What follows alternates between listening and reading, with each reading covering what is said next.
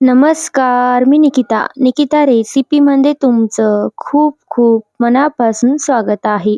आज आपण शेगाव स्पेशल कचोरी बनवणार आहोत. तर रेसिपी नक्की शेवटपर्यंत बघा आणि आतापर्यंत तुम्ही माझ्या चॅनलला सबस्क्राईब नसेल केलं तर लवकरात लवकर सबस्क्राईब करा. तर इथे मी मैदा घेतला आहे, त्यामध्ये चवीपुरतं मीठ सर्व व्यवस्थित मिक्स करू आणि यामध्ये आपल्याला गरम केलेलं तेल घालायचं आहे.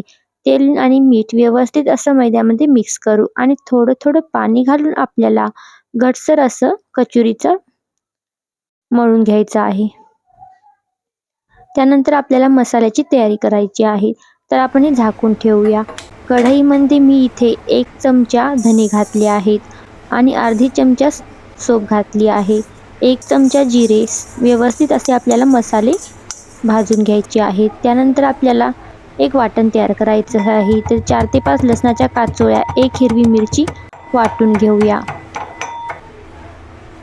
थंड झालं की मसाला थंड झाला की मिक्सरमधून मी काढून घेतला आहे. तर त्याच कढईमध्ये मी तेल घातलं आहे आणि वाटलेला ठेचा घातला आहे. 1 वाटी बेसन टाकून आपण लो मीडियम फ्लेमवरती भाजून घ्यायचं आहे. त्यानंतर यामध्ये काही मसाले घालायचे आहेत, जसं की हळद, लाल तिखट, चाट मसाला अर्धा चमचा आणि गरम मसाला 1 चमचा, चवीपुरतं मीठ आणि वाटलेला मसाला घालून घेऊया. सर्व व्यवस्थित असं मिक्स करून घेऊ. बघा, अशा प्रकारे कचोरीचं सारण तयार आहे. आता आपण कचोरी बनवायला घेऊया. तर असं गोल लाटी करून घ्यायची आहे. त्यामध्ये सारण भरू आणि व्यवस्थित असं आपल्याला दोन्ही बाजूंनी लाटून घ्यायचं आहे. शेगावला गेले आणि कचोरी खाल्ली नाही असं कधी झालंच नाही. तर मी जेव्हा पण शेगावला जाते ना, तर ही कचोरी नेहमीच खाते. त्यामुळे आज मी बनवली आहे. तर बघा, अशा प्रकारे मी लाटून घेतलं आणि गरम गरम तेलामध्ये आपल्याला कचोरी सोडायची आहे.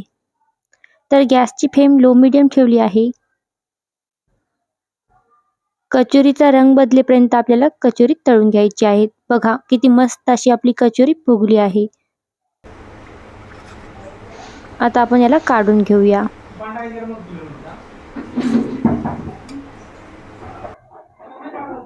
तर इथे मी इमलीची चटणी घेतली आहे, चिंचेची, कचोरी सोबत खायला. बघा, किती कुरकुरीत अशी आपली कचोरी बनून तयार आहे. तुम्ही पण एकदा नक्की ट्राय करा. व्हिडिओ आवडली असेल तर लाईक, शेअर, सबस्क्राईब. धन्यवाद.